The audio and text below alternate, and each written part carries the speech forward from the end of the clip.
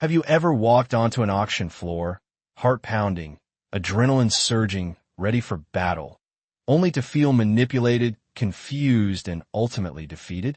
You see competitors making their moves, you hesitate, waiting for the perfect moment to strike, and then the hammer hand lifts. The auctioneer calls out, going once, going twice. Instant panic sets in. You feel the urgency, the visceral fear of missing out, the infamous FOMO. You jump in, placing your bid, becoming the highest bidder for now. And then the game changes. The auctioneer, holding court, suddenly pauses. He repeats the call. First call, second call. You feel a spark of excitement, a genuine thrill that maybe, just maybe, this dream home is yours at this price. But the hammer doesn't fall. Instead, the auctioneer steps back. The sales team begins whispering urgently to other potential buyers on the sidelines. Sometimes the auctioneer even disappears entirely, retreating into the property for a momentary, dramatic consultation. The air thickens with uncertainty. What is the vendor's true expectation? What is the real price that will secure this home? And most importantly, how do you detect the invisible line that separates theater from transaction? If you're buying property in major metropolitan areas like Sydney, Melbourne, or frequently even Brisbane and the Gold Coast, the auction process is often unavoidable. While private treaty sales dominate many secondary markets, the best or most unique properties often end up under the hammer, including special cases like bank repossessed or court-ordered sales. If the property you love is being sold via auction, then understanding the psychology of the room is not optional. It is essential. Today, we're going deep into the dark arts of the auction floor. We're going to expose the tactics auctioneers use to exploit your emotions, dissect the critical concept of the reserve price, teach you how to read the secret signals that tell you when the real fight begins, and finally, share the single crucial truth about winning that almost every amateur misses. This is the knowledge the experts keep hidden. Now is the time to learn. Act 1. Deconstructing the deception. How the auctioneer psychologically manipulate the bidder. The primary job of the auctioneer, once the formal process begins, is singular: to drive the price upward and, critically, push it beyond the vendor's reserve price. The reserve price is the secret threshold, the minimum dollar amount the seller is truly willing to accept for the property. If the price doesn't hit that mark, the house generally doesn't sell, at least not right then and there. Understanding this core objective immediately illuminates the initial stage of the auction. The opening bid, often placed low by hopeful buyers looking for a bargain, is almost universally below the seller's minimum expectation. It's a price that will never secure the property. Therefore, the auctioneer must use theatrical flair and aggressive momentum-building tactics to rapidly accelerate the bidding. This is where the aggressive bluffing methods come into play. The accelerator tactic, refusing small steps. Watch closely during the early stages. When the bidding is clearly nowhere near the reserve, the auctioneer will demand massive increments. If the property is mid-range, they might demand $50,000 jumps. If it's high value, they might insist on $100,000 or even $200,000 increases. What happens if you try to place a small, strategic bid, say a $10,000 increase when the auctioneer demands $50,000? An experienced auctioneer will almost certainly refuse. They might engage in a brief, pressurized negotiation, haggling with you to increase your bid or simply dismiss it entirely. Why? Because their sole focus is driving the price up to the reserve as quickly as possible. Smaller bids slow down the velocity of the auction, which is counterproductive to their goal of hitting that threshold. This entire initial phase, all the back and forth bidding that occurs beneath the reserve, is pure preamble, or what the source material bluntly calls foreplay. It is not a real sale. The auctioneer uses the spectacle of this preamble to create the illusion of imminent sale, heightening the fear of missing out among the assembled buyers. By raising the gavel and calling out first time, second time, they are generating intense urgency. They want you to panic bid, believing that if you don't act right now, the opportunity is lost. By understanding that no deal will genuinely be struck below the reserve price, you arm yourself against this psychological manipulation. Act 2. Cracking the code, detecting the reserve price. If the preliminary bids are just an act, how do you know when the curtain lifts and the real competition begins? Detecting the exact moment the reserve price, or the on-the-market price, has been reached is the master key to successful auction bidding. Once the reserve is met, the dynamics shift entirely. Suddenly, the property must sell to the highest bidder. The battle moves from manufactured urgency to genuine, high-stakes competition. Auctioneers generally signal this moment, though modern practices often involve more subtlety than in the past. Signal 1. The verbal confirmation. Historically, auctioneers would use unambiguous phrases like, "We are on the market." Today, many have adopted slightly more ambiguous, but equally clear, definitive language. Listen for clear signals that the sale is guaranteed, such as, "We're going to sell today." "We are selling." Make no mistake, any explicit statement, subtle or otherwise, that confirms the property will be sold to the highest bidder, rather than saying the highest bidder gets the right to negotiate later, indicates that the reserve has been hit. That is your signal. The genuine fight has begun. Signal 2. The bid increment shift. This is perhaps the most reliable nonverbal cue. Remember how, earlier, the auctioneer demanded increments of $50,000 or $100,000 and refused smaller offers. Once the price hits or nears the reserve, you will often notice a significant softening in their stance. Suddenly, the auctioneer is willing to accept much smaller increases, perhaps $20,000, $10,000, or even dramatically smaller amounts like $5,000, $500, or even $100 in extreme cases. Why the shift? The psychological calculus changes. Before the reserve, the goal was velocity. Now that the price is at or near the selling threshold, the goal is to squeeze every last dollar out of the competing buyers. By accepting smaller increments, the auctioneer keeps multiple parties in the game, hoping to ignite a fierce, incremental bidding war between buyers nearing their limits. This subtle concession maximizes the final sale price. Testing the waters, your counter tactic.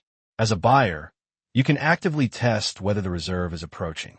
If the auctioneer is still insisting on a large increment, for example, $50,000, try placing a much smaller, non-standard bid, perhaps $20,000 or $10,000. If the auctioneer accepts your smaller bid, it strongly suggests that the price is either already at the reserve or extremely close. If they refuse and push back, don't despair. It simply means the price is likely still significantly below the vendor's expectation, or the auctioneer is still trying to maintain aggressive momentum. In this case, continue to observe the other bidders and retest your smaller increment later in the process, especially as the pace begins to naturally slow down. Act 3. The peril of the pass-in. What happens if the reserve price is never reached and the auction passes in? Many buyers assume that a passed-in auction, a scenario where no sale is achieved, is a massive victory, allowing them to swoop in and negotiate a bargain price with the seller. This is a dangerous misconception. The truth is much more complex and often works against the high bidder. A passed-in auction means that the property is technically unsold. In this situation, the highest bidder typically gains the exclusive right to negotiate privately with the vendor. However, for a committed buyer who truly desires the property, allowing it to pass in is fraught with risk. Why? 1. The seller's anchored expectation. The seller set the reserve price for a reason. It represents the lowest price they are genuinely willing to accept. If that price wasn't met on the day, they may decide to take the property off the market and relist it later at a higher price. They haven't necessarily moved their expectation downward just because the auction failed. 2. The return of lost buyers. Crucially, the bidders present on auction day are not the only potential buyers for the property. Many people miss auctions due to scheduling conflicts, travel, or other reasons. If the house fails to sell, it returns to the open market, suddenly becoming available to this new pool of potential buyers who were not present for the bidding pressure. These new buyers might be willing to pay a price that significantly exceeds the initial reserve price. If you love the property, your strategic imperative is this: do not allow the property to pass in if you can help it, or if it does, ensure you are the highest bidder. Being the highest bidder secures your position to enter a private, one-on-one negotiation with the vendor. This direct conversation gives you the best chance to seal the deal immediately without competing against the wider market that reemerges post-auction. Act 4. The necessary preparation, due diligence, and the 3 prices. Before you even step onto the auction floor, the success or failure of your venture is predetermined by your preparation. In Australia, the rules of auction are notoriously stringent. Once the hammer falls, the sale is final. There is generally no cooling-off period. The property is sold as is. This means whatever issues you discover post-purchase, structural defects, hidden damp, faulty wiring, are your problem. Therefore, your due diligence must be completed thoroughly before the auction date. This includes building inspections, pest reports, and thorough contract reviews. Once the physical and legal checks are complete, you must solidify your financial strategy by defining your price structure. Winning requires more than just guts. It requires a disciplined, preset financial limit. We advise clients to establish 3 critical price points. 1. The ideal price, which means the dream scenario. This is the price that makes you feel ecstatic. At this level, you believe you have found an absolute bargain, securing the property significantly below its true market value. This price serves as a psychological benchmark, but you must realize it rarely aligns with the current competitive market reality. It's the price you wish you could pay. 2. The market price, which means the objective reality. This is the sober, objective price determined by professional market analysis. It's based on comparable sales, recent market movements, and a non-emotional assessment of the property's true worth. If you were to buy this property through a standard private treaty, this is the figure you should reasonably expect to pay. 3. The maximum price, which means the unbreakable ceiling. This is the most crucial price for any auction bidder. It represents the absolute highest dollar amount you are willing to pay, beyond which the property loses its value to you. This cap is vital, especially for owner-occupier buyers, who are those buying a primary residence. Owner-occupiers often attach deep, emotional significance to a home. They might feel genuine love for the garden, the view, or the kitchen layout. These emotions frequently lead buyers to overpay, to enter a bidding frenzy where rational market analysis is abandoned. We always counsel our clients, once the price surpasses your maximum price, you must walk away. Every dollar you spend beyond that ceiling is money that could have been used to purchase a better property elsewhere or saved. This ceiling must be determined well in advance and adhered to with absolute rigidity during the stress of the auction. It is the line in the sand. Cross it, and you've overspent. Conclusion. The brutal truth behind every victory. We have discussed strategy, how to read the auctioneer, how to test the reserve, and how to manage the emotional roller coaster. But I must share the ultimate, cruel truth of the auction floor. Strategies matter. They absolutely do. Using a strategic bid, like a sudden, large increase to signal confidence, or aggressively counterbidding to intimidate an opponent, can be incredibly effective. A strong strategy can sometimes knock out a wavering competitor, making them believe your budget is limitless. If both parties lack a strategy, the auction often becomes a prolonged, torturous grind of $1,000 bids and $500 increments. However, there's a fundamental caveat. Strategy only works when the budgets of the competitors are relatively equal or on even footing. If your opponent has significantly deeper pockets than you, all the psychological games in the world will not save you. The overwhelming factor that determines who wins an auction is simple, cold, hard cash. The winner is usually the person who brought enough chips to the table. This realization brings us full circle back to preparation and valuation. Your ability to win is not just about your strategic flair. It's about your accurate market knowledge and your financial capacity. Consider this scenario. You meticulously research the property and conclude, based on comparable sales, that its market value is $2 million. You set your maximum price there.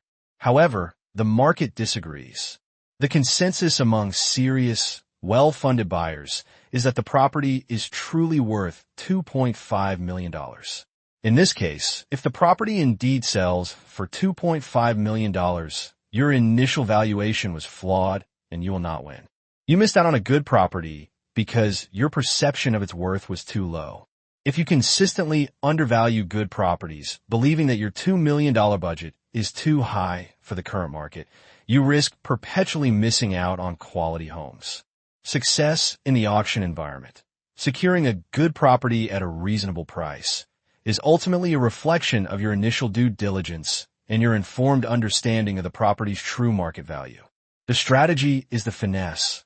The budget and the valuation are the foundation. Do your homework. Set your 3 prices. Stick to your maximum. Be prepared to walk away when the price exceeds the value. That is how the experts operate. To solidify this complex process, think of the auction floor not as a spontaneous boxing match, but as a poker game. The auctioneer is the dealer, controlling the pace and the drama, always trying to raise the stakes. The reserve price is the pot requirement, the minimum chip value needed for the hand to even count. Your maximum price is your buy-in, the absolute limit of your bankroll for that table. If your strategy helps you read the subtle body language of your opponents and encourages them to fold early, great. But if they have more chips than you, no amount of bluffing will win the final hand. True victory is achieved before the game even starts, by bringing the right amount of chips and knowing when to quit.